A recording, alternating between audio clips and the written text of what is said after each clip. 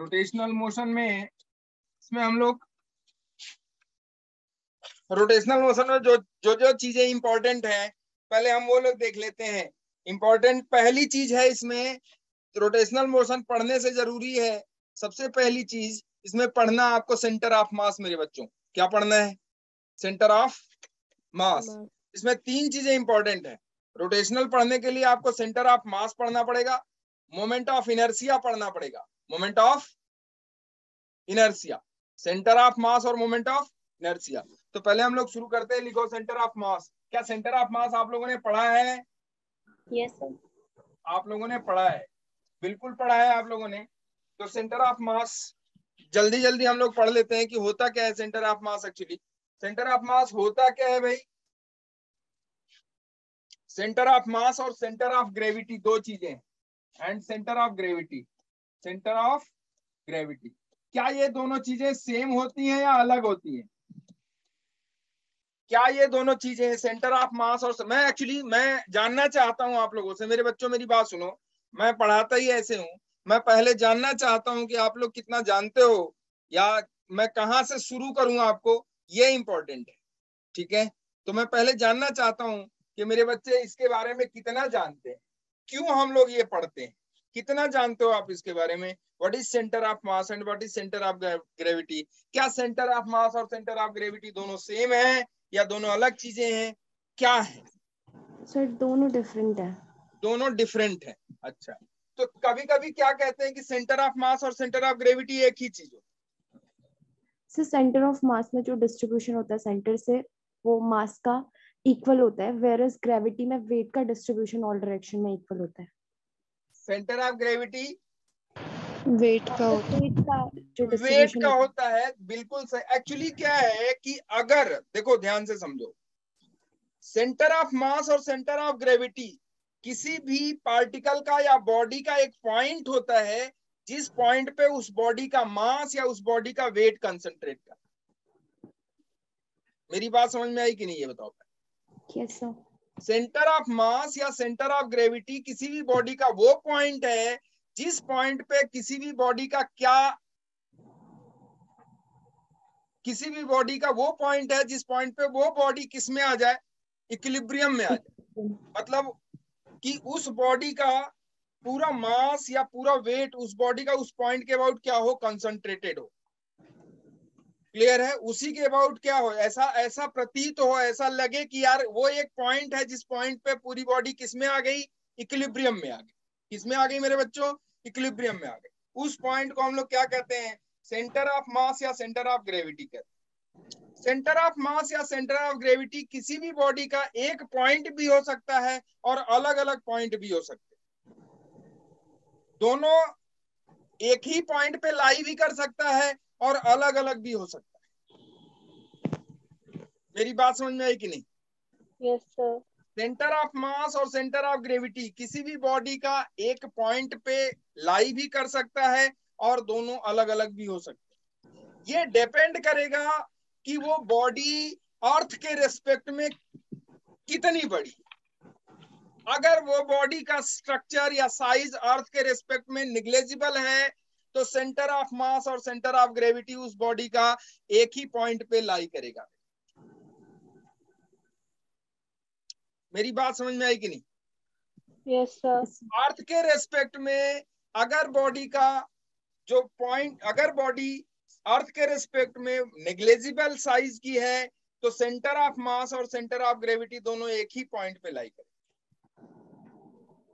और अगर अर्थ के रेस्पेक्ट में बॉडी की साइज कुछ है, कुछ मायने रखती है, कुछ साइज है उसका, तो फिर सेंटर ऑफ मास और सेंटर ऑफ ग्रेविटी दोनों एक पॉइंट पे लाई नहीं करेंगे। क्योंकि क्या वेरी करेगा वहां पे? सेंटर ऑफ ग्रेविटी में देखें तो होगा कि ग्रेविटी का सेंटर, ग्रेविटी मतलब what, mg। Yes sir. Yes sir. ठीक, तो क्या वेरी कर जाएगा? मास तो वेरी नहीं करेगा, ग्रेविटी वेरी करेगी। जी वेरी कर जाएगा, जी वेरी कर जाएगा, जी चेंज हो जाएगा। जी चेंज होने से ये चीज चेंज हो जाएगी। मेरी बात समझ में आएगी नहीं? ये जी जो है वो क्या हो जाएगा, चेंज कर जाएगा। जी चेंज होने से centre of gravity change. Clear है? तो ये डिपेंड करता है बॉडी के साइज पे कि उसका अर्थ के रिस्पेक्ट में क्या साइज। नेग्लेजिबल है तो सीजी और सीएम दोनों एक ही पॉइंट पे लाई करते। ठीक है, ठीक है। सेंटर ऑफ मास और सेंटर ऑफ ग्रेविटी, तो अभी हम लोग ये मान के चल रहे हैं कि सीजी और सीएम दोनों एक ही पॉइंट पे लाई करते हैं। जी वेरिएबल नहीं है, जी क्या है? कांस्टेंट है। जी वेरी नहीं कर रहा है, जी कांस्टेंट है। जी कांस्टेंट मान के अभी हम लोग चर्चा कर रहे हैं। तो सेंटर ऑफ मास लिखो, सेंटर ऑफ मास होता क्या है? सेंटर ऑफ मास COM, एक पॉइंट जिस पॉइंट के अबाउट किसी भी बॉडी का क्या कंसंट्रेट कर जाए? Mass. Whole mass of the body is to be concentrated.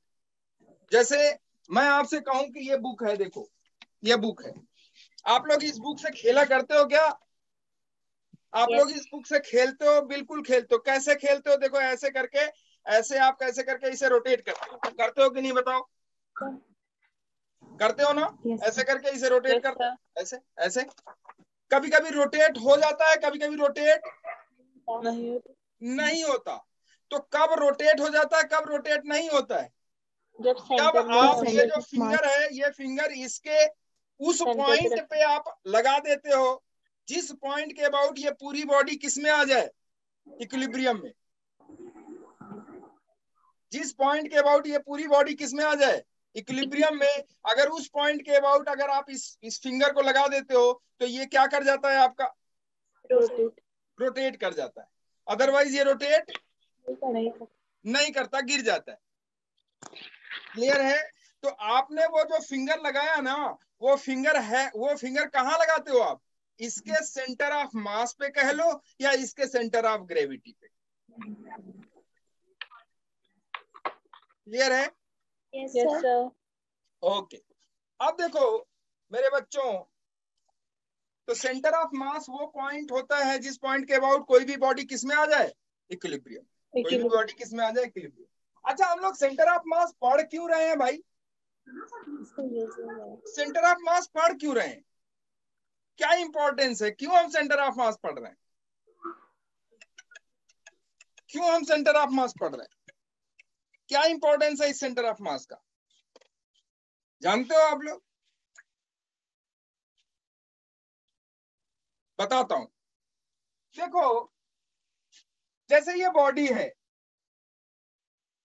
एक यूनिफॉर्म बॉडी भी हो सकती है, एक नॉन यूनिफॉर्म बॉडी भी हो सकती है कि नहीं बताओ? यूनिफॉर्म और नॉन यूनिफॉर्म। क्लियर है? ऐसी बॉडी जिस बॉडी का शेप और साइज हर जगह, शेप हर जगह क्या हो? एक जैसा हो, यूनिफॉर्म। और किसी किसी बॉडी का शेप हर जगह ऐसा एक जैसा नहीं होता है, वो क्या हो गई? Non uniform. ठीक है? अब देखो, जैसा यूनिफॉर्म बॉडी है, यूनिफॉर्म बॉडी के हर पार्टिकल, जितने भी पार्टिकल हैं, अगर मान लो सपोज करो ये बॉडी है, या मेरे हाथ में जो पेन है ये सपोज करो एक बॉडी है। अब इस बॉडी के हर पार्टिकल की अगर हमको एनालिसिस करनी पड़े अलग अलग, या इस बॉडी की हमको एनालिसिस करनी पड़े, मान लो इस बॉडी को हम रोटेट कर रहे हैं, ऐसे करके ऐसे हम फेंक रहे हैं, ऐसे फेंक रहे हैं, तो इस बॉडी का जो मोशन होगा उस मोशन की गणना करनी है हमको कि इसकी क्या वेलोसिटी होगी, क्या एक्सेलेरेशन होगा किसी टाइम पे, या इसमें क्या, इस पे क्या, जो इसका कैसा मोशन है, ये इसका मोशन कैसा है। तो अब देखो, अगर हम इसे ऐसे फेंके, मान लो प्रोजेक्टाइल मोशन है, प्रोजेक्टाइल तो समझते हो ना? Yes sir. ऐसा अगर मान लो इसे हम ऐसे फेंक रहे हैं मेरे बच्चों, तो इस पार्टिकल का या इस बॉडी के हर जो पार्टिकल है उस पार्टिकल का मोशन कुछ अलग अलग होगा। नहीं आई बात समझ?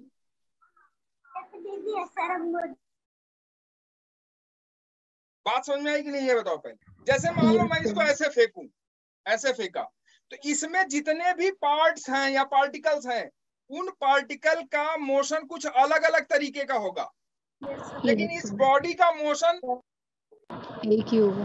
एक ही होगा। तो हम ये कैसे बताएं भाई? देखो हम ये, जैसे ये वाला पार्टिकल है, इस पार्टिकल का कुछ अलग मोशन होगा, इस पार्टिकल का कुछ अलग मोशन होगा, ये कुछ अलग डायरेक्शन में भाग रहा होगा, ये कुछ अलग डायरेक्शन में भाग रहा होगा, लेकिन हम कहते हैं कि ये पूरी बॉडी एक प्रोजेक्टाइल मोशन में है। कैसे भाई?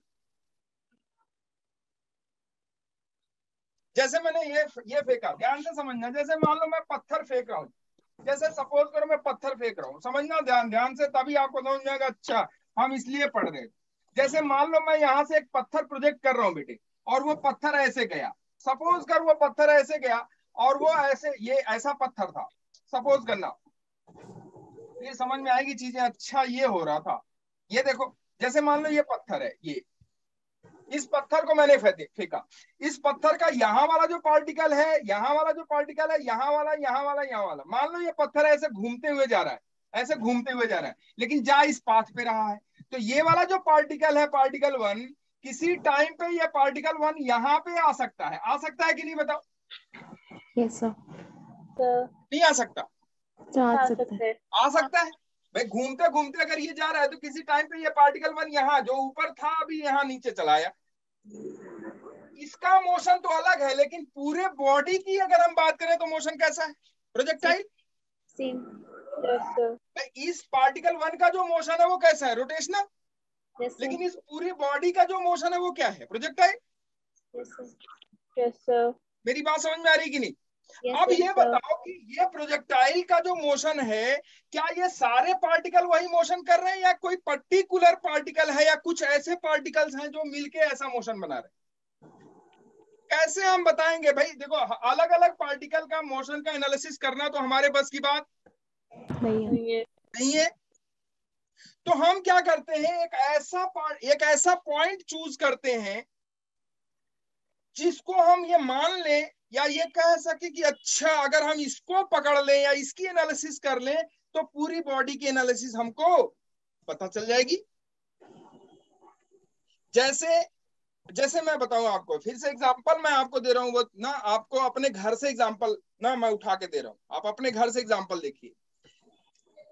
जैसे आपके घर में 5-6 लोग हैं, जनरली होते हैं, ऐसा नहीं है, मम्मी पापा हो गए, बच्चे हो गए, तो 5-6 लोग होते हैं करीब, दादा दादी भी हैं।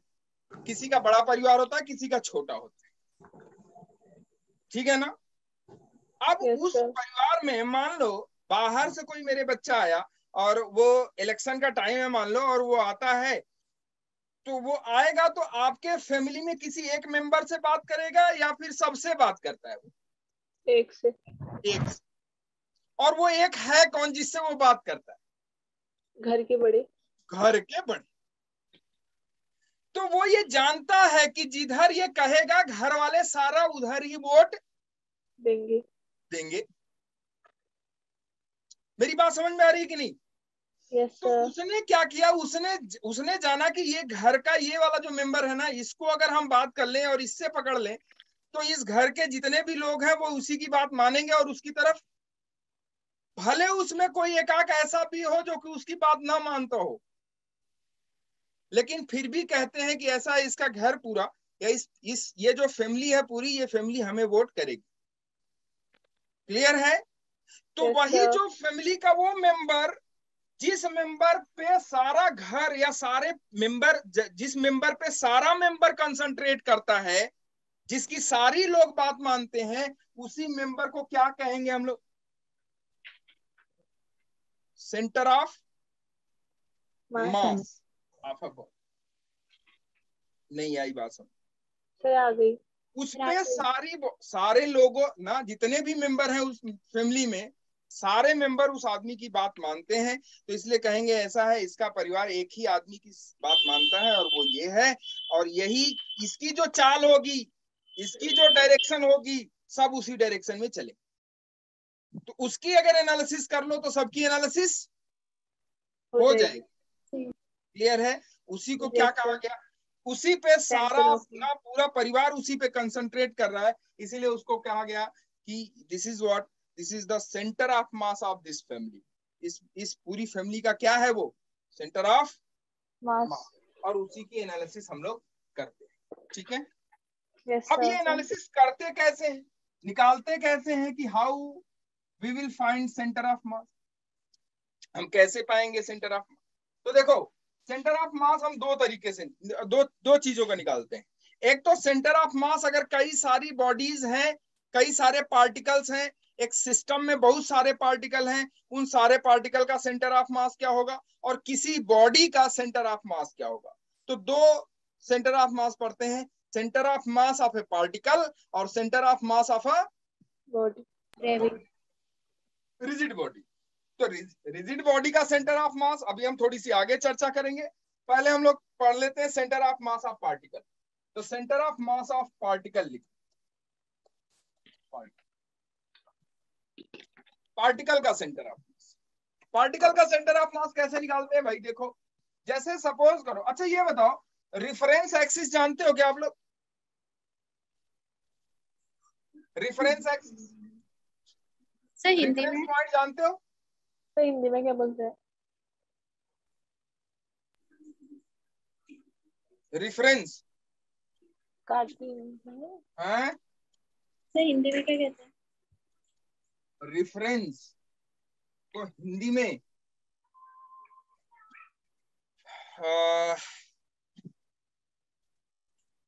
जैसे आप कहीं जाते हो, समझना ध्यान से, आप कहीं जाते हो मेरे बच्चों, सर निर्देश अक्ष बोलते हैं।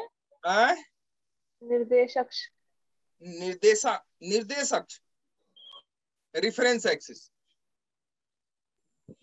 मैं बता रहा हूँ आपको, रुक जाओ एक सेकेंड, ध्यान से समझ जाओ। जैसे आप कहीं जाते हो और आप ऐसी जगह गए जहां आपको कोई जानता ना हो, लेकिन आपने बताया, समझो, समझना चीजों को, फिर आप ना कहोगे अच्छा ये हो। जैसे आप कहीं गए और आपको वहां कोई जानता ना हो, आप बेल बजाए और आपने कहा कि बेल बजा, और बेल बजते ही अंदर से कोई निकला, आपने कहा चिंटू। कौन चिंटू? फिर आप बताते हो अपने पिताजी का नाम, पिताजी का नाम, फिर भी कोई नहीं। फिर आप बताते हो अपने दादा का नाम। जैसे ही आपने दादा का नाम बताया और आप अपना जो जगह बताते हो कि हम वहां से और इनके फलाने के पोते हैं, वैसे ही घर से कोई भी मेंबर जो होगा, अच्छा अच्छा अच्छा आप वहां से आए क्या? यस वहां से आए। तो आपने एक्चुअली उनको क्या बताया? अपना रिफरेंस बताया, संदर्भ अक्ष, हैं? संदर्भ अक्ष। हाँ, अपना रिफरेंस बताया आपने कि अच्छा आप वहां से आए हो, उनके पोते हो, यस यस, आ जाओ आ जाओ। तो आप किसी भी पार्टिकल का या किसी भी बॉडी का जो आप सेंटर ऑफ मास बताएंगे, वो कहां से बताएंगे? किसी रिफरेंस एक्सिस से बताएंगे। कहां से बताएंगे? किसके रेस्पेक्ट में बात कर रहे हो, किसके संदर्भ में आप बात कर रहे हो, किस एक्सिस के संदर्भ में बात कर रहे हो? नहीं आई बात समझ? सर आगे। क्लियर है? तो ये है आपके रेफरेंस एक्सिस। आप लिख सकते हो इसे संदर्भ अक्ष। देखो मुस्कान ने बताया,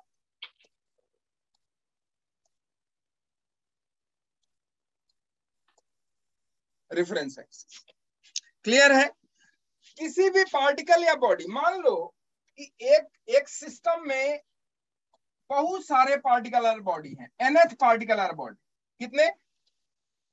nth। ध्यान से समझना, इन सारे पार्टिकुलर बॉडीज का जो मास है, मान लो एक बॉडी का मास m1 है, दूसरी बॉडी का मास m2 है, तीसरे का m3 है, ऐसे ऐसे nth बॉडी है जिसका मास कितना है? mn। कितना है? mn। ये जो बॉडी है, ये सारी जो पार्टिकल्स हैं, ये पार्टिकल यहां से y एक्सिस ये हो गया, ये आपका x एक्सिस हो गया। इन सारे पार्टिकल या बॉडीज का जो कोऑर्डिनेट है, मान लो इस बॉडी 1 का जो कोऑर्डिनेट है ये x1 y1 है, ये जो बॉडी 2 है इसका कोऑर्डिनेट है x2 y2 है, ये बॉडी जो 3 है इसका कोऑर्डिनेट है x3 y3 है। ऐसे ही nth बॉडी का जो कोऑर्डिनेट है वो xn है, yn है। चलेगा क्या? क्लियर है? Yes sir. कोई भी छोटा सा पार्टिकल अगर है, मान लो छोटा सा पार्टिकल, तो वो उस पार्टिकल का जो सेंटर ऑफ मास होगा, या उस पार्टिकल का वो वाला पॉइंट जिस पॉइंट पे वो पूरी बॉडी का मास कंसंट्रेट कर जाए, क्या वो पार्टिकल का जहां मास कंसंट्रेट करेगा, क्या वो पॉइंट भी वही होगा जितनी बड़ी वो बॉडी है? No sir. फिर से समझना मैं जो बता रहा हूं। जैसे मान लो मैंने आपसे कहा एक बहुत छोटा सा पार्टिकल, क्या होता है भाई? पार्टिकल एक ऐसा बॉडी जिसके पास क्या हो, मास तो हो, लेकिन शेप उसका क्या हो या साइज उसका क्या हो? निग्लेजिबल। एक ऐसी बॉडी जिसके पास क्या हो, मास हो, लेकिन उसका साइज क्या हो? निग्लेजिबल। आप अपने घर को बंद करके जाते हो, ध्यान से समझना चीजों को, तभी समझ में आएगी, आपको लगेगा कि अच्छा हाँ यार ऐसी चीजें तो होती हैं। पढ़ लेने से या हमारे यहाँ बकबक कर देने से कि सेंटर ऑफ मास ये होता है, 4 प्रॉब्लम होने बना दिया, आपका कंसेप्ट जो है ना, सिर्फ आपने 4 प्रॉब्लम बना के आप वहीं रुक गए, समझ लो काम खत्म हो गया आपका। ऐसा नहीं है, आपको उन चीज को समझना बहुत जरूरी है कि एक्चुअली हम किसके बारे में बात कर रहे हैं और क्यों कर रहे हैं। जैसे मान लो हमने आपसे कहा कि सॉरी, आप क्या है, हम पार्टिकल की बात कर रहे थे, आप क्या है, घर बंद करके अपना जो है कहीं चले जाते हो 2-4 दिन के लिए, ठीक? Yes sir. एकदम पूरा बंद कर दो, शीशे में एकदम पैक घर हो, कुछ भी हो, एकदम पैक करके आप 4-5 दिन के लिए घूमने चले जाते हो। जब वहां से आते हो तो आप देखते हो कि हमारे बेड पे, हमारे जो है ना और चीजों पे डस्ट पार्टिकल पड़े हुए हैं। वो आपको दिखाई तो नहीं पड़ते, लेकिन वो गिरे पड़े होते हैं कि नहीं होते, ये बताइए। होते हैं ना? Yes sir. तो एक्चुअली उसमें मास तो है, लेकिन वो आपको दिखाई नहीं दे रहा था। आप याद करो, अगर सन की रेज आपकी खिड़की से आ रही होती तो आप देखो उस पे ना छोटे छोटे चमकीले चमकीले तो कुछ ना आते दिखाई देते हैं, वो हैं क्या एक्चुअली में? पार्टिकल। वो आपको ना दिखाई तो नहीं दे रहे हैं, सन की उसमें दिखाई दे रहे हैं और साइज उसका अप्रोक्सीमेटली निग्लेजिबल होता है, लेकिन वो चूंकि उसमें मास है तो ग्रेविटी के कारण वो नीचे गिरेंगे जरूर, तो नीचे वो गिरे पड़े होते हैं कि नहीं होते? Yes sir. क्लियर है? तो एक पार्टिकल, अच्छा उसका जब किसी चीज का शेप नहीं है या साइज नहीं है, अप्रोक्सीमेटली निग्लेजिबल है, तो उसका वो पॉइंट कहां लाई करेगा जिस पे उसका पूरा मास कंसंट्रेट होगा? जिस पे उसका क्या कंसंट्रेट होगा? पूरा मास। जैसे मान लो ये पार्टिकल है, ये इसका सेंटर ऑफ मास क्या होगा भाई? या इसका वो पॉइंट कहां होगा जिसपे पूरी बॉडी का मास कंसंट्रेट होगा? यही तो होगा। नहीं आई बात समझ, फिर से समझो, यही तो वो पॉइंट होगा मेरे बच्चों, यही वाला। जैसे समझना ध्यान से, फिर आपको पहले समझना, जैसे ये बॉडी है, ठीक? इस बॉडी का वो पॉइंट जिस पॉइंट के अबाउट इस पूरी बॉडी का मास कंसंट्रेट करेगा, वही तो सेंटर ऑफ मास होगा। Yes sir. तो वो पॉइंट कहाँ पे होगा? आप यहाँ देखो तो यहाँ से आपको लगेगा कि अच्छा वो वाला पॉइंट कहीं यहाँ पे है, ये यहाँ पे है। Yes sir. दिखाई दे रहा है? मतलब आपको दिख रहा है कि नहीं दिख रहा है? दिख रहा है? Yes sir. यस वो ये सर। पॉइंट है और इस पॉइंट का कुछ कोऑर्डिनेट होगा। अगर मान लो रेफरेंस एक्सिस यहीं से पास हो तो इस पॉइंट का कोऑर्डिनेट हो जाएगा 0 0। अगर कहीं और है तो इस पॉइंट का कुछ ना कुछ कोऑर्डिनेट होगा। मतलब आपको अगर ये दिखे, बुक दिख रही है, तो आपको लग रहा होगा कि अच्छा ये पॉइंट यहाँ पे है, ठीक? अच्छा, अब देखो, अगर मान लो ये पार्टिकल है, छोटा सा ये पार्टिकल है, इसका वो पॉइंट कहाँ पे होगा? जस्ट यहीं पे होगा कि नहीं होगा? Yes sir. क्लियर है? अब इस पॉइंट की या इस पार्टिकल की यहां से जो डिस्टेंस है, इसी को क्या कहते हैं? इसका जो कोऑर्डिनेट है, मान लो इसका कोऑर्डिनेट एक्स और वाई हो गया, तो इस पॉइंट का जो कोऑर्डिनेट है, उसी कोऑर्डिनेट को क्या कहते हैं? सेंटर ऑफ मास। किसी भी पॉइंट, किसी भी बॉडी का सेंटर ऑफ मास क्या चेंज करता है? No sir. नहीं करता। वो पॉइंट फिक्स होता है, लेकिन उस पॉइंट की जो रिफरेंस एक्सिस से अगर आप डिस्टेंस चेंज कर दो तो उस पॉइंट का सेंटर ऑफ मास क्या कर जाता है? वो पॉइंट कभी चेंज, ध्यान से समझना, पॉइंट कभी चेंज नहीं होता। क्या चेंज हो जाने से हो जाता है? कोऑर्डिनेट उसका चेंज हो जाता है। कोऑर्डिनेट चेंज होता है क्यों? जब आप रिफरेंस एक्सिस चेंज कर देते हो तो कोऑर्डिनेट चेंज हो जाएगा। जो संदर्भ अक्ष है वो आप चेंज कर दो तो चेंज। अभी आपने पापा का नाम बताया होता और वहां पे अगर वो पहचान लिए होते तो आप किसके रेस्पेक्ट में बात कर रहे थे? पापा के रेस्पेक्ट में। आप उनके बेटे या बेटी ही तो हुए।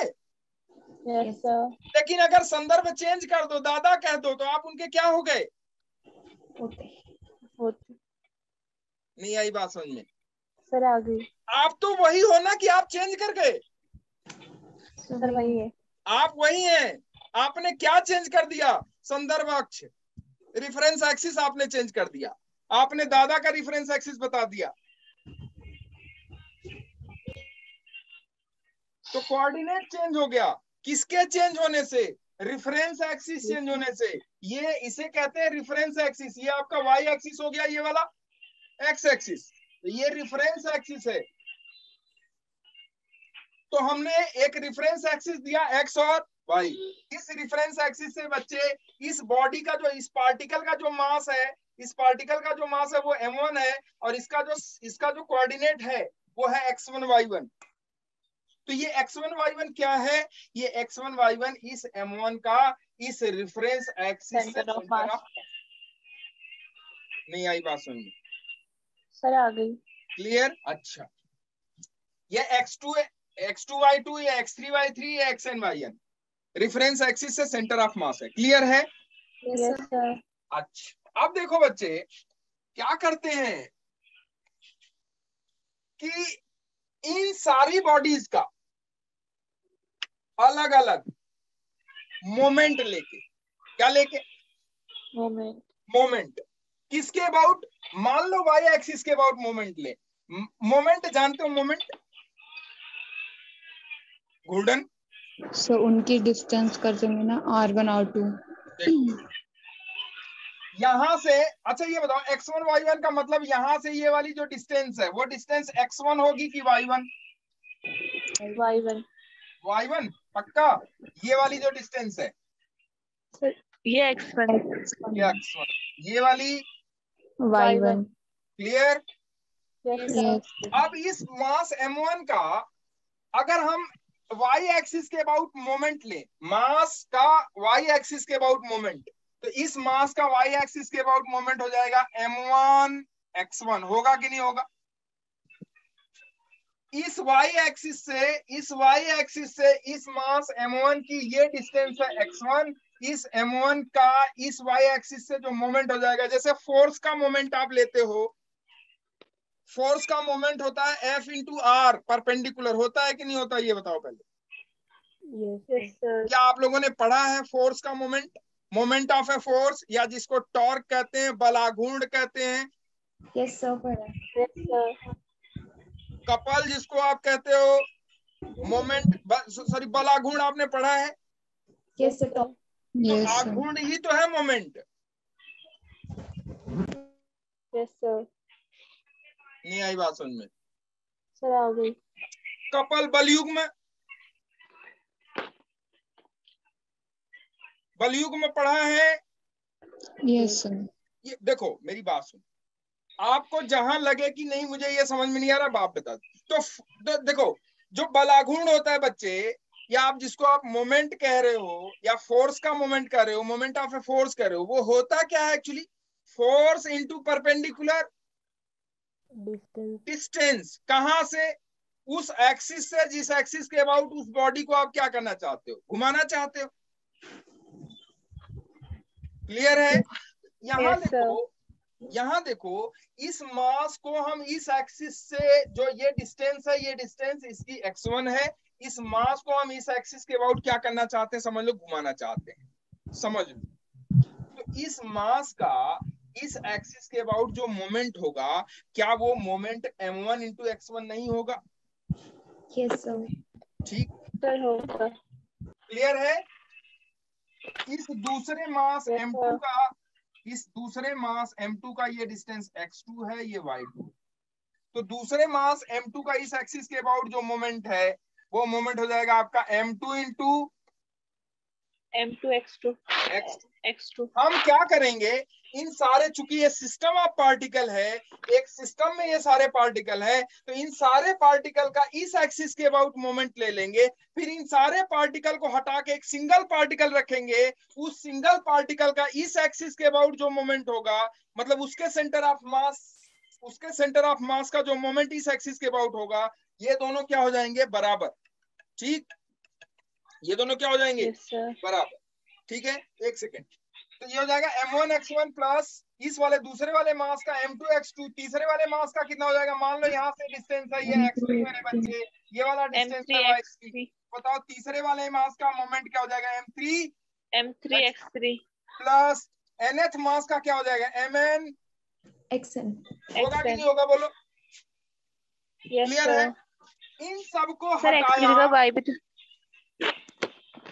सर हाँ बेटा, डिस्टेंस में x भी तो x की जगह y भी तो ले सकते हैं ना, जैसे ये हम अब हम m किसके m1 अबाउट मोमेंट ले रहे हैं, दैट इज इंपॉर्टेंट। हम x मेरे एक्सिस बच्चे की भी तो किसके ले सकते अबाउट हैं। मोमेंट ले रहे हैं, वो इंपॉर्टेंट है। हम x के अबाउट मोमेंट ले रहे हैं या y के अबाउट ले रहे हैं? Yes sir. देखो, मोमेंट होता है force into perpendicular distance. Perpendicular distance कहां से, उस एक्सिस या उस पॉइंट से जिस पॉइंट के अबाउट हम क्या लेना चाहते हैं, मोमेंट। ठीक है, यस सर। अब देखो, ये हो गया आपका पहले वाले पार्टिकल का मोमेंट, ये दूसरे, ये तीसरे, ये चौथे, ऐसे ऐसे ये nth पार्टिकल का मोमेंट हो गया। सबका क्या कर दिया, सम। और इन सब को हटा के एक सिंगल बॉडी हम यूज करें, सिंगल बॉडी। सिंगल बॉडी में जिस बॉडी का मास क्या हो, m हो, और वो m किसके बराबर हो, वो m1 plus m2 plus dash dash plus mn के बराबर हो। इस सिंगल बॉडी का भी अपना सेंटर ऑफ मास होगा कि नहीं होगा, बिल्कुल होगा। यस कहाँ सर। होगा, वही अगर आपको पता करना है कि वो कहाँ पे है, मान लिया कि यहाँ से कितनी डिस्टेंस पे है, xcm पे, और ये वाली डिस्टेंस क्या है, ycm। ycm। तो बताओ इस सिंगल मास का जो कि m है, इस m का इस एक्सिस के अबाउट मोमेंट कितना होगा, m xcm m into xcm। होगा कि नहीं होगा, बताओ। Yes sir. अगर इन दोनों को इक्वेट करें तो क्या एक्ससीएम हमको पता चल जाएगा कि नहीं चल जाएगा?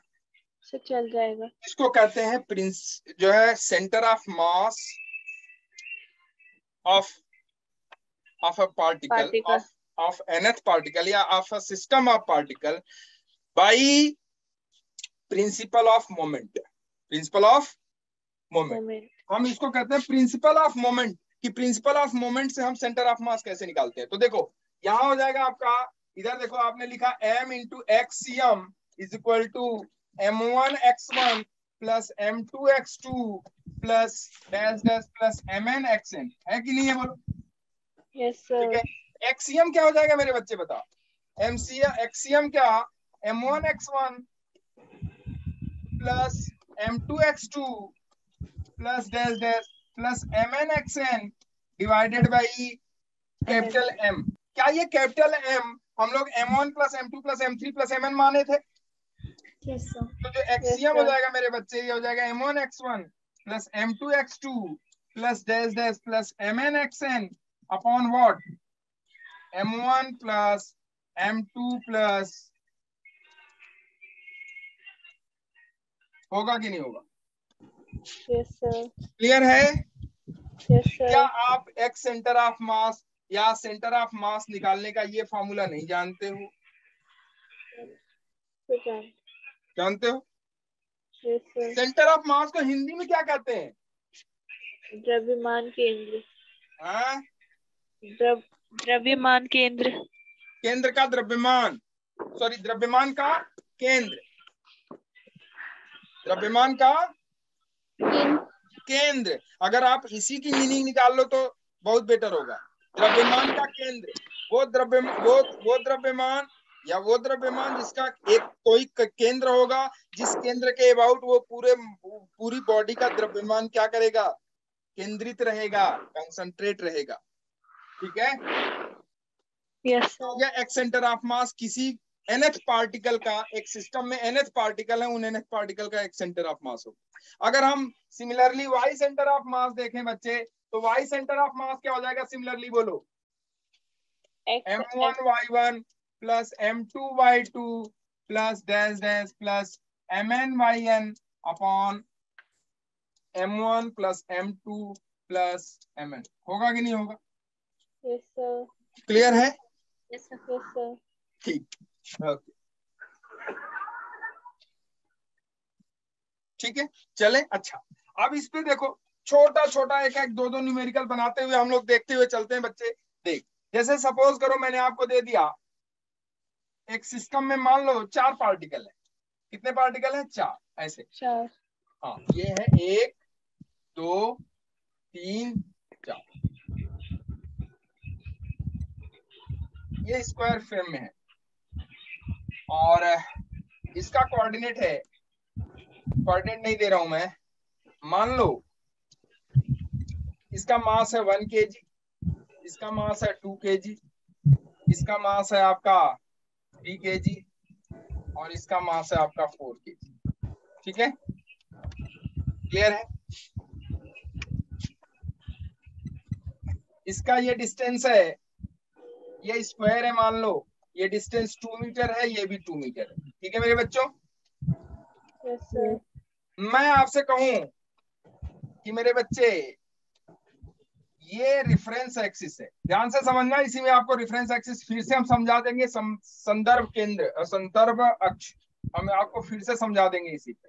मान लो ये रेफरेंस एक्सिस है, ये वाला एक्स, और ये रेफरेंस एक्सिस है वाई। ठीक है, क्लियर है? Yes sir. मैं आपसे पूछ रहा हूं मेरे बच्चों कि एक्स सेंटर ऑफ मास क्या होगा इस बोर्ड, इस पूरे सिस्टम का। ये सिस्टम ऑफ पार्टिकल है जो कि किसी स्क्वायर पे रखे हुए हैं, स्क्वायर के कॉर्नर पे रखे हुए हैं, और रेफरेंस एक्सिस ये है। मैं आपसे पूछ रहा हूं इस सिस्टम ऑफ पार्टिकल का एक्स सेंटर ऑफ मास क्या होगा, वाई सेंटर ऑफ मास क्या। तो पहले एक्स सेंटर ऑफ मास निकालो। क्या निकालोगे? X centre. क्या आप लोग निकाल लोगे? यस निकालो फटाफट, जल्दी से निकालो और मैं फिर आगे बढ़ता हूँ। सर 1 है 1 आ रहा है? सर 2 एक्स 2 2 बोलो भाई फटाफट। सर पहले सॉल्व कर ले फिर बताएं। है पहले सॉल्व कर ले। हाँ, कर लो कर लो कर लो।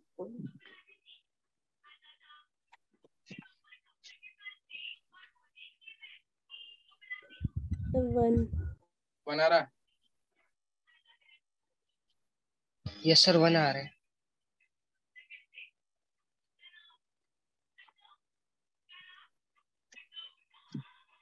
चलो भाई, कितने पार्टिकल हैं इसमें? 4। 4। तो फॉर्मूला लिख लो m1x1। ध्यान से एकदम, मतलब बहुत मस्त तरीके से पढ़ेंगे, बहुत मस्त तरीके से, एकदम ना फ्री माइंड से।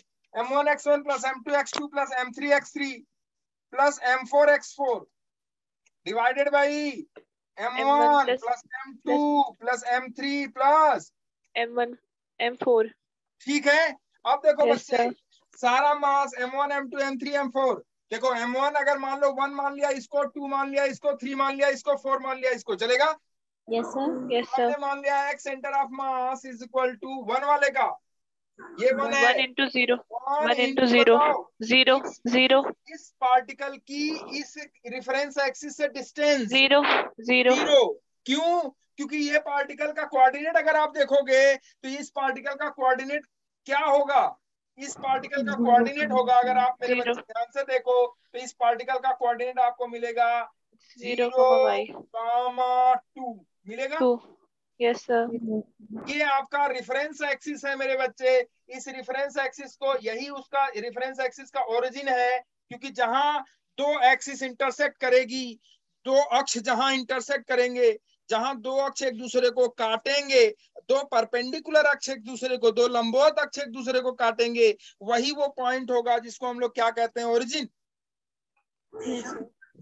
हालांकि ओरिजिन कोई भी हो सकता है, लेकिन फिलहाल या हम लोग जो एज्यूम करते हैं कि वो पॉइंट जिस पॉइंट पे दो लंबवत अक्ष एक दूसरे को क्या करें, काटें।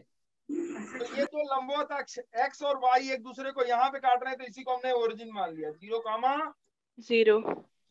तो इसका कोऑर्डिनेट हो गया 0, 0। इसका कोऑर्डिनेट हो गया 0, 0 मेरे बच्चों। इसका कोऑर्डिनेट हो गया 0, 2। अच्छा, इसका कोऑर्डिनेट कितना होगा? 0, 2, 2. 2, और इसका 0, 2. 2, 0। 2, 0. एक्स में 2, वाई में 0। तो देख 0. बच्चे क्या हो जाएगा। अब इस वाले का देखो, 1 वाले का 1 × 0 प्लस 2 वाले का देखो 2 × 2 प्लस, इस वाले का देखो 3 × 2 प्लस 4 × 0 डिवाइडेड बाई 1 + 2 + 3 + 4। मुझे लगा नहीं तुम्हें आया। 10. क्लियर है? Yes, sir. Good. Yes sir. तो ये हो जाएगा x centre of mass is equal to what? x centre of mass is equal to, ये हो जाएगा बच्चे 2 × 2 = 4, 3 × 2 = 6, मतलब 10 डिवाइडेड बाई 10। तो ये हो गया 1 सेंटीमीटर या मीटर, जो भी आप मान लो। अगर सेंटीमीटर है तो सेंटीमीटर, मीटर है तो मीटर. ये मीटर में है, इसलिए आप मीटर कह लो इसे। This is 1 metre. y centre of mass क्या होगा? 0.6 y centre of mass 3/5 metre. 3/5 आ रहा है। Yes sir. देखते हैं। y सेंटर ऑफ मास हो जाएगा आपका 1 × 2 चलेगा, yes sir plus Yes, sir. 2 × 2 plus 3 × 0 0.6. 3 × 0 plus 4 × 0 divided by 10 है। टोटल मास कितना है? 10। ये हो 6 जाएगा upon 2 Yes, 10 sir. और 3, 2 6 3 by 4, 10. 4 2 6, 6/10। तो y सेंटर ऑफ मास हो गया बच्चे 0.6 meter. 6/10। 6/10 मतलब 0.6। ठीक, ये आप लोगों को आता है। इधर देखो, Yes, sir. एक ट्रायंगल है, जल्दी से बना दो। इस पे है 3 मास, जल्दी बनाओ, आगे बढ़ जाते हैं हम लोग। ये रेफरेंस एक्सिस है, ये रेफरेंस एक्सिस है, ये x है, ये y है, ये मास है आपका 1 kg, ये आपका 2 kg, और ये आपका 3 kg है। एक इक्विलेटरल ट्रायंगल है, 3 मीटर है उसका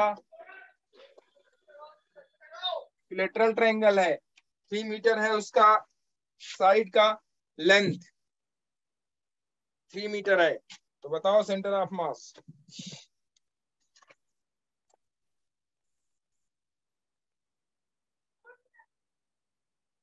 So X center of mass 1.25. X centre of mass 1.25, ये आप बता रहे हो, मुझे नहीं पता। I don't know about sir this. Sir 9√3/2 metre. √3/2 sir 9√3/2। 9√3/2 9√3/2 बोलो भैया।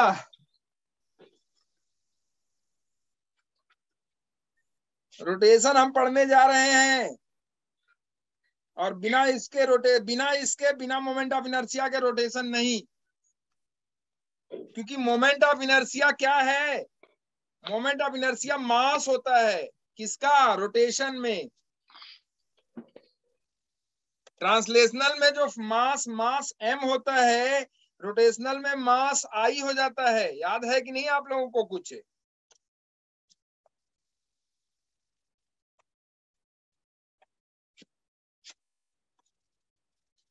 चलो, कोऑर्डिनेट लिख लो सीधा सीधा मेरे बच्चों।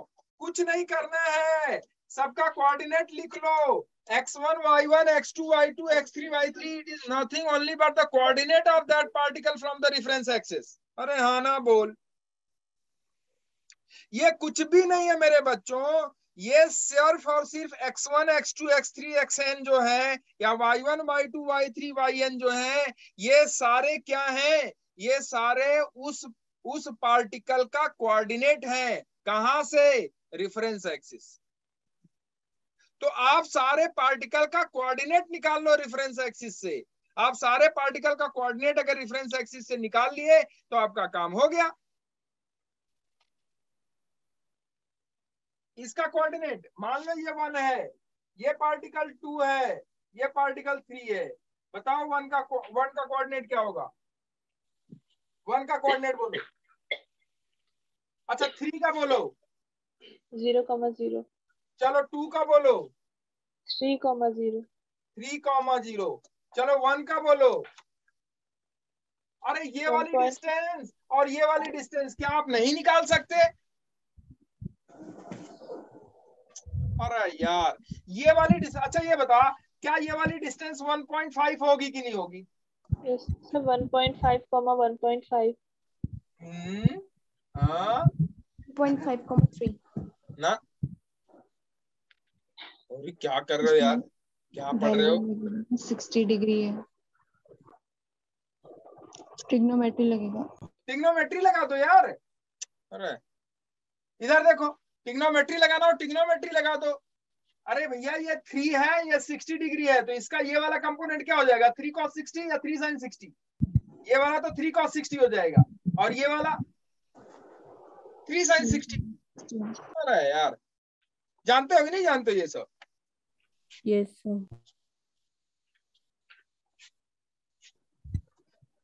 देखो इधर, अरे ये 1.5 हो गया, तो ये वाला अब देखो, ये कोऑर्डिनेट अगर आपसे नहीं निकलेगा मेरे बच्चों, तो आप बताओ सेंटर ऑफ मास कैसे निकालोगे? देखो इधर, ये हो गया आपका 1.5 हो गया। अच्छा ये वाला 1.5 होगा कि नहीं होगा, ये बताओ पहले। आप यहाँ से Yes, परपेंडिकुलर डाल दोगे तो ये 1.5 होगा। Yes sir. ठीक, अच्छा ये बताओ क्या ये लेंथ नहीं निकाल सकते हो? अरे ये देखो, ये ट्रायंगल बन गया भाई, ये 1.5 हो गया, ये 3 हो गया, तो क्या ये परपेंडिकुलर की डिस्टेंस नहीं निकाल सकते हो जो लंबवत दूरी है ये? अरे पाइथागोरस आप कक्षा 6 से पढ़ते हुए आ रहे हो। Yes sir. 3√3/2 हो गया, ये 3/2 हो गया, तो ये वाला बताओ कितना हो गया? √3 का स्क्वायर माइनस 3/2 का स्क्वायर होगा कि नहीं होगा, ये बोलो। यस अरे यार, अरे होगा कि नहीं होगा? Yes sir. ये कितना हो गया बच्चे? 9 माइनस 9/4। 9 को बाहर ले लो, ये हो जाएगा 9 मतलब 3/2 रूट कितना? 3। Yes sir. अरे 9 बाहर ले लोगे, 1 माइनस 1/4 3/4 हो गया। 3/4 मतलब √3 हो गया आएगा बाहर, तो √3 आएगा। किसी बच्चे ने कहा था 9 √3/2, नहीं बच्चे 9 तो बाहर आएगा तो वो 3 हो जाएगा ना। sin 60 की वैल्यू रख के Yes, भी sir. तो आ सकते हैं। तो 3√3/2, तो इसका जो कोऑर्डिनेट होगा वो कितना होगा? कितना होगा? 3√3/2 इसका जो कोऑर्डिनेट होगा वो होगा आपका y में हो गया 3√3/2 और x में हो गया 3/2, तो ये हो जाएगा 3/2, 3√3/2। मेरे बच्चों ध्यान से, होगा कि नहीं होगा बोलो? Yes sir. तो एक्स सेंटर ऑफ मास क्या हो गया? m1x1 plus m2x2 plus m3x3 upon m1 plus m2 plus m3। तो बता एक्स सेंटर ऑफ मास क्या हो जाएगा मेरे बच्चे? एक्स सेंटर ऑफ मास हो जाएगा m1, आपका 1 है, 1 into x1 3/2 चलेगा, यस सर। प्लस m2 बोलो कितना है? m2 है आपका 2 into 3 चलेगा, यस सर। प्लस 3 वाले का 0 डिवाइडेड बाई 6। ये हो गया, ये हो जाएगा 3/2। 3 दूना 6 और 6 दूना 12, 3 15, 15/12 चलेगा क्या? 15/12 मतलब 3 चौका 3 5 15, 3 चौका 12, 5/4, 5/4 मतलब 1.25। गुड, अरे 5/4 ही तो होगा। Yes sir. किसने बताया था ये? समय नहीं। हाँ, दिव्यांश मैम 1.25 ही तो होगा। Yes sir. Good. Y centre of mass बोल दो, अब तो निकाल लोगे Y centre of mass. 0.025। Good.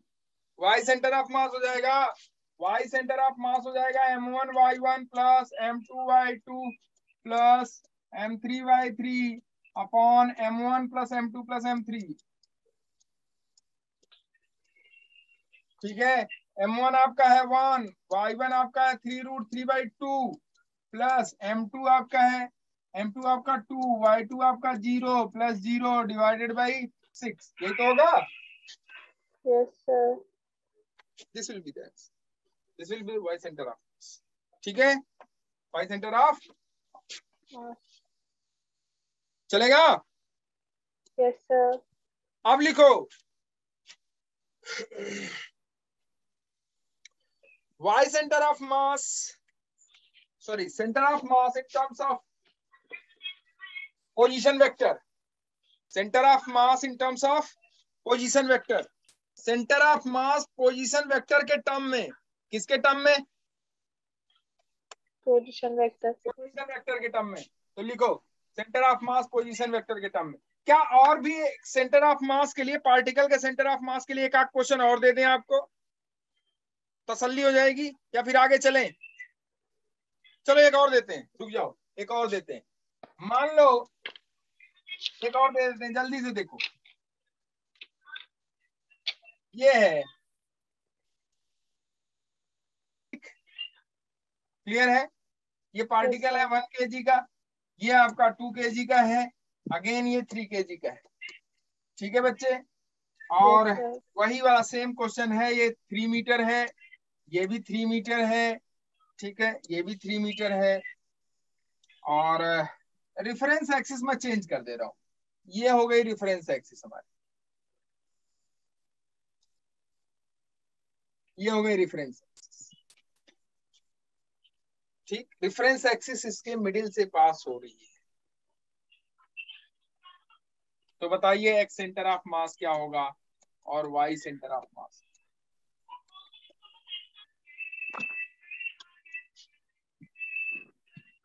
X centre of mass क्या होगा, वाई सेंटर ऑफ मास।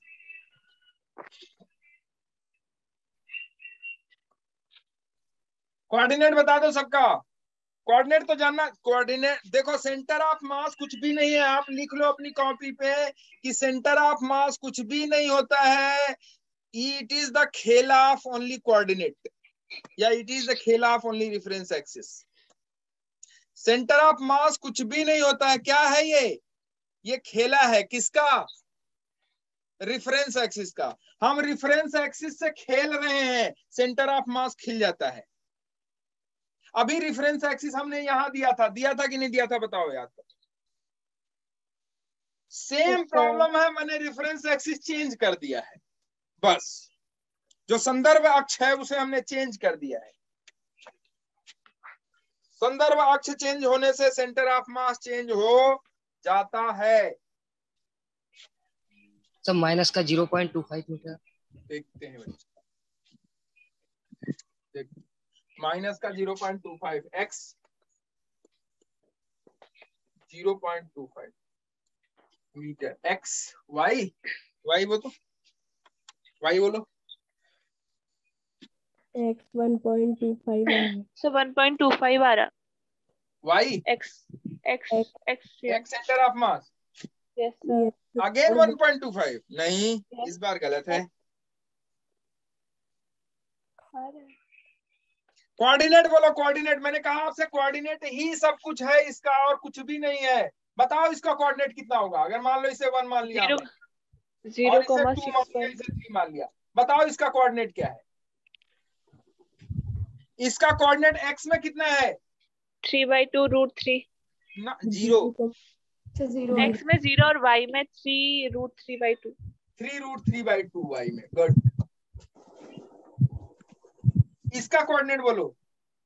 1.5, 2 3/2, इसका कोऑर्डिनेट हो जाएगा 1.5, 0 0 और इसका सेकंड का भी सेम 1.5 माइनस 1.5 काम आती है। ये हो गया आपका, देखो ध्यान से, यही सीखना है आपको। ये हो गया आपका रेफरेंस एक्सिस। बच्चे ये आपका 0,0 है कि नहीं, ये बोलो। Yes sir. ये आपका 0,0 है, तो इससे इधर चलोगे तो नेगेटिव, इससे इधर चलोगे तो पॉजिटिव, इसके ऊपर चलोगे तो पॉजिटिव, इसके नीचे चलोगे तो नेगेटिव। बात समझ में आई कि नहीं आई, ये बताओ। क्लियर है? तो आप बताओ मेरे बच्चे, एक्स सेंटर ऑफ मास क्या हो जाएगा? सीधा सीधा फॉर्मूला m1x1 प्लस m2। आप बार बार m1x1 m2x2 लिखने की जरूरत नहीं है। देखो इधर 1 वाले का बताओ 1 क्रॉस 0, 2 वाले का बताओ 2 क्रॉस 1.5, सॉरी 3 वाले का, 2 वाले का बोलो 3 क्रॉस माइनस 1.5। याद से yes sir. 3 cross minus 1.5 divided by mass total कितना है? 6 माइनस ये हो गया 0.5 कोऑर्डिनेट। एक्स सेंटर ऑफ मास कितना हो जाएगा बच्चे? X centre of minus mass 0.5 ये 1.5 गुना 3 और ये 1.5 या 4.5, तो 3 minus 4.5 minus 1.5 divided by 6, minus 0.25 तो माइनस 0.25। किसी बच्चे ने बताया था, कोई बच्चा था जिसने आंसर दिया? Yes sir. गुड। ये बेसिक है, ये बेसिक है। हम अभी पढ़ थोड़ी ना रहे हैं, हम पढ़ रहे हैं क्या? ये कुछ भी नहीं भाई, ये पूछा, ये सिर्फ आपको बेसिक आपको पता होना चाहिए। ये basic. X centre of mass, Y centre of mass √3/4 निकाल लोगे आप लोग। वाई सेंटर ऑफ मास इस एक्सिस पे तो लाई नहीं करेगा, इस एक्सिस पे तो लाई नहीं करेगा, करेगा ऊपर ही। कितना हो जाएगा? √3/4 3√3/2 इंटू 1, बाकी का सब तो 0 है, yes sir. Divided by total मास 6 हो जाएगा। 3√3 डिवाइडेड बाई 12, 3 चौका 12, √3/4, √3/4, √3/4 लिखो आगे। चलो आगे चलते हैं। Centre of mass in terms of vector form, सदिश के फॉर्म में, किसके फॉर्म में? Vector form. Yes, position vector. इधर देखो, मान लो ये y है, ये x है, आपका रेफरेंस एक्सिस। मान लो कि कई सारे पार्टिकल हैं बच्चे, 1 2 3 4 तमाम पार्टिकल है। ये पार्टिकल 1 हो गया, ये 2 हो गया, ये 3 हो गया, ये वाला मान लो nth हो गया, ये वाला मान लो nth हो गया। इस पार्टिकल 1 का जो मास है वो मान लो m1 हो गया, इसका m2, इसका m3 और इसका mn। चलेगा? मान लो कि यहां से मेरे बच्चे इस 1 का यहां से जो ये पोजीशन वेक्टर है वो r1 है। क्या है? r1। इस 2 वाले का पोजीशन वेक्टर r2, इस 3 वाले का r3 और इस nth का rn। ठीक है मेरे बच्चे? Yes sir. तो इस पूरी बॉडी का जो सेंटर ऑफ मास का पोजीशन वेक्टर होगा, position vector of centre of mass of system of particle, position vector of centre of mass of system of particle, वो हो जाएगा RC centre of mass position vector is equal to पहले वाले mass का position vector के साथ multiplication plus दूसरे वाले मास का पोजीशन वेक्टर के साथ multiplication plus dash dash nth वाले मास का पोजीशन वेक्टर के साथ multiplication divided by total mass. Clear है? Yes sir. और कुछ नहीं करना इसमें। सिग्मा, तो आर सेंटर ऑफ मास हो जाएगा मेरे बच्चे, आप इसे लिख सकते हो sigma i is equal to 1 to n। देखो इसने, मुस्कान ने बोला तो मुझे याद आया, मैं सिग्मा ही लिखवा देता हूं इसको। ये हो जाएगा आपका MI/RI vector divided by summation I is equal to 1 to n MI। ध्यान से दोनों ऊपर नीचे ये होगा, क्लियर है? Yes sir. 1/कैपिटल M होगा ना? हाँ, ये वाला कैपिटल M हो जाता है। क्या हो जाता है ये? Capital M। Capital M। फिर ऊपर वाली सेंटर ऑफ मास हो गया equal to summation I is equal to 1 to n MI/RI vector form divided by capital M। चलेगा? Yes sir. कैपिटल M क्या है? Total mass of system of particle. उस system of particle, उस system में जितने particle है मेरे बच्चे, उन सारे पार्टिकल का जो मास है, दैट इज टोटल मास। अब इस पे एक न्यूमेरिकल ले लो फटाफट, जल्दी जल्दी। मान लो एक मास है, एक मास मान लो 1 kg, 2 kg, 3 kg है। 3 मासेस हैं, M1, M2, M3। जल्दी जल्दी कर लो।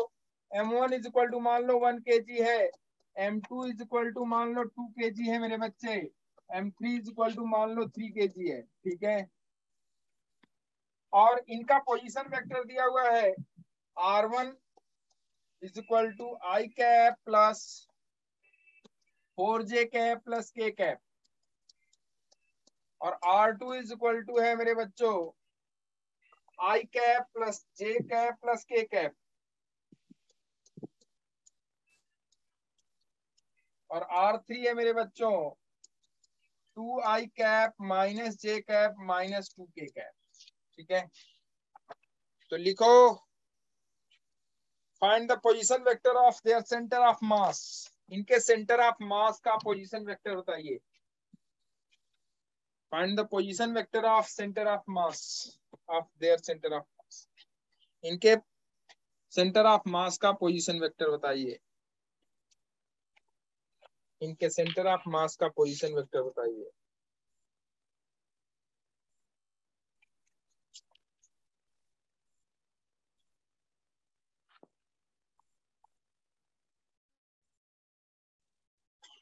निकल जाएगा।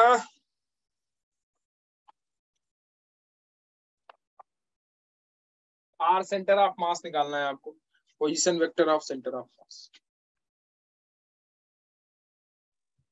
Sir 3I cap plus J cap minus 2K cap upon 2। Good. 3I cap plus J cap minus K into 1 minus का 2K नहीं, माइनस का K cap upon 2 1 whole upon 2।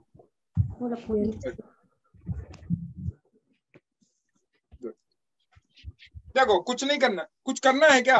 कुछ भी नहीं करना। नो सर, वैल्यू पुट करनी है बस। सिर्फ वैल्यू पुट करनी है भाई। कैलकुलेशन हम लोग कर रहे हैं, दैट्स इट, और कुछ नहीं कर रहे हैं हम लोग। 1 into I cap plus 4J cap plus K cap plus 2 into I cap plus J cap plus K cap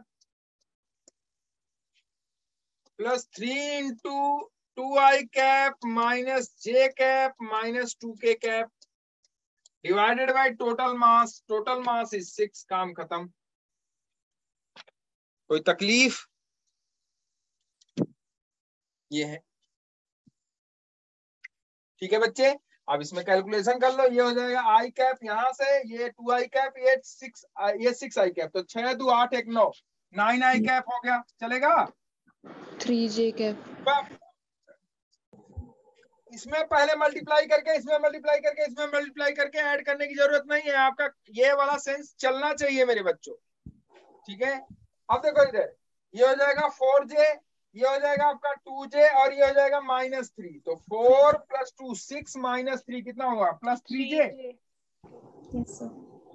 ठीक, ये हो जाएगा आपका K, ये हो जाएगा 2K, तो 3K, और ये हो जाएगा -6K, तो -3K हुआ। चलेगा? डिवाइडेड बाय, काम खत्म। 3 बाहर ले लो, 3 बाहर ले लो तो हो जाएगा कितना? 1/2, और ये हो जाएगा आपका 3I cap plus J cap minus K cap. काम खत्म। कोई तकलीफ है क्या? एकदम नहीं है भाई, नो सर। एकदम नहीं, होने भी नहीं चाहिए, ये है। अब इसी में अगर वो ये कह दे, अगर वो ये कह दे कि इस वाले का कोऑर्डिनेट ना दे, इसका कह दे कि एक्स आई है प्लस वाई जे है प्लस जेड के है, मान लो कह देता है, और आर सेंटर ऑफ मास आपको दे दे, तो क्या आप लोग एक्स वाई जेड की वैल्यू फाइंड आउट कर सकते हो? Yes sir. लिखो लिखो, सेम क्वेश्चन है, सब कुछ सेम है, मैंने सिर्फ क्या कर दिया देखो ध्यान से, मैंने यहाँ 3 वाले की जगह ना क्या लिख दिया जानते हो? मैंने ये लिख दिया एक्स आई कैप प्लस वाई जे कैप प्लस जेड के कैप, ठीक है। और हमने दे दिया आपको कि आरसीएम है इसका 6 आई कैप माइनस 2 जे कैप माइनस 4 के कैप, ठीक है, डिवाइडेड बाई 5 ना, मान लो ये है, मान लो ये सपोज आरसीएम आपको ये दिया हुआ है, तो फाइंड एक्स वाई जेड निकाल सकते हो कि नहीं निकाल सकते? निकाल सकते। जल्दी करो, जल्दी करो।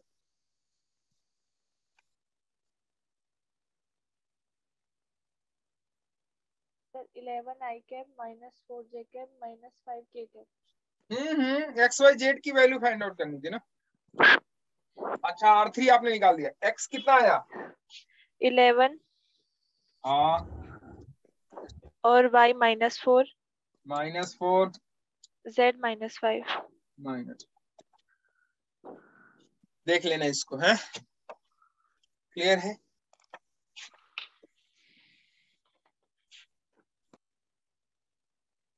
चले, ठीक है, एक्स वाई जेड निकल गया। अच्छा, मान लो दो बॉडी है, दो पार्टिकल है, एक पार्टिकल है m1 और दूसरा पार्टिकल है m2, ठीक है मेरे बच्चों, m1 और इन दोनों के बीच डिस्टेंस कितने की है? d की है। कितनी डिस्टेंस है? मैंने ये रेफरेंस दे दिया, ये y एक्सिस हो गया, ये x एक्सिस, ठीक है मेरे बच्चों। Yes sir. तो आपने बताना है कि इसका सेंटर ऑफ मास कहां लाई करेगा, what is the position of centre of mass, position of centre of मास।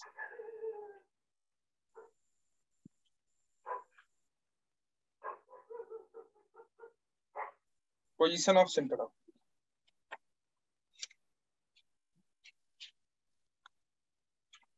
पहले वाले की क्या पोजीशन भाई? Position of centre of mass मतलब आरसीएम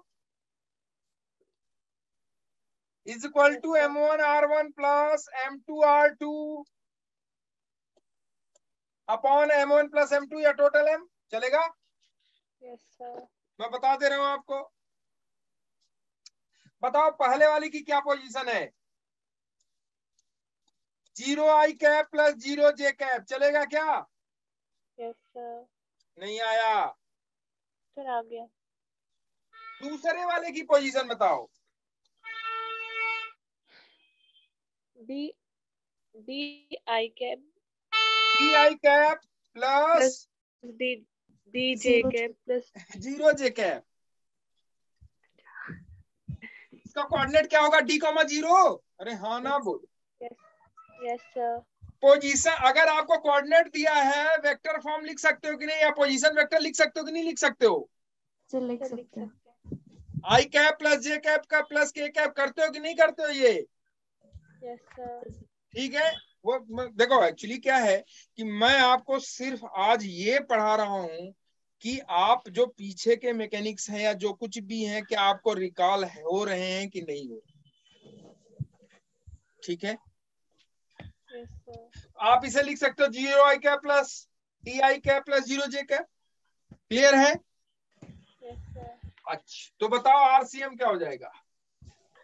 m2 ti कैप, ये हो जाएगा जो 0 plus m2 D I cap, by m1 m1 plus m2 बटा m1 प्लस m2। या आप कह सकते हो कि r सेंटर ऑफ मास हो जाएगा आपका m2 upon m1 plus m2 d I cap. कहने का मतलब है क्या कि इन दोनों सिस्टम ऑफ पार्टिकल का सेंटर ऑफ मास कहाँ लाई करेगा? इन दोनों सिस्टम ऑफ पार्टिकल का centre of mass x axis पे इतनी डिस्टेंस पे लाई करेगा। चलेगा कि नहीं चलेगा ये बताओ? yes sir m2d upon m1 plus m2 distance पे लाई करेगा, इतनी दूरी पे लाई करेगा। m2d upon m1 plus m2 दूरी पे x एक्सिस पे लाई करेगा। कहां से? कहां से? किस मास से? तो आप कहोगे m1 मास से इतनी दूरी पे। नहीं आई बात? सुन, सर आ गई। क्लियर है? आप क्या कहोगे? m1 मास से उसकी जो पोजीशन होगी सेंटर ऑफ मास की, वो कहीं यहां पे होगी। ठीक। अच्छा, कोई आपसे पूछे m2 मास से उसकी क्या पोजीशन हो जाएगी? m2 मास से तो आप कहोगे सर आपने कहा यहां से इसका पोजीशन अगर ये है, यहां से अगर इसका पोजीशन ये है जो कि दिया हुआ है, इसका पोजीशन ये है m2d upon m1 plus m2, तो बताओ यहां से कितनी हो जाएगी? माइनस d m2 minus तो d माइनस दिस वन, मैं यहाँ d minus this one. m2 yes sir minus यही बात m2 soon, by m1 yes sir clarity है कि नहीं है बताओ? yes sir तो आप कह सकते हो कि अगर मान लो ये पोजीशन r1 है और ये r2 है, तो क्या r1 प्लस r2 बराबर d होगा कि नहीं होगा ये बताओ? होगा सर। क्लियर है? अच्छा, yes ये तो एक चीज हो गई, कोई नहीं, इसमें कोई खास नहीं था, मैं सिर्फ जानना चाह रहा था। दूसरा, किसी भी सिस्टम ऑफ पार्टिकल में, मान लो दो पार्टिकल है किसी सिस्टम में, उन दोनों पार्टिकल में एक मास बड़ा है और दूसरा मास छोटा है, तो सेंटर ऑफ मास किस मास की तरफ होगा? किस मास से नजदीक होगा? वन वाले से, मतलब बड़े वाले से या छोटे वाले से? बड़े वाले से। बड़े वाले से। इस बात को दिमाग में रखना कि सेंटर ऑफ मास हमेशा उधर की तरफ लाई करता है या उस मास की तरफ लाई करता है जो मास सिस्टम ऑफ पार्टिकल में क्या हो? हैवी। बड़ा, हैवी। ठीक है? Yes sir. चल, आज के लिए इतना ही। एचसी वर्मा के आप चाहो तो शुरू के 4-5 क्वेश्चन सेंटर ऑफ मास वाले बना सकते हो। ठीक है? चल, अब हम लोग कल डिस्कस करेंगे। कल सुबह 11 बजे से लेक्चर है हमारा, तो कल हम लोग कंटिन्यूअस बॉडी का सेंटर ऑफ मास डिस्कस करेंगे, उस पर न्यूमेरिकल थोड़े देखेंगे, फिर उसके बाद उस पर देखने के बाद मोमेंट ऑफ इनर्शिया में हम घुस जाएंगे। ठीक? चल, ओके, बाय।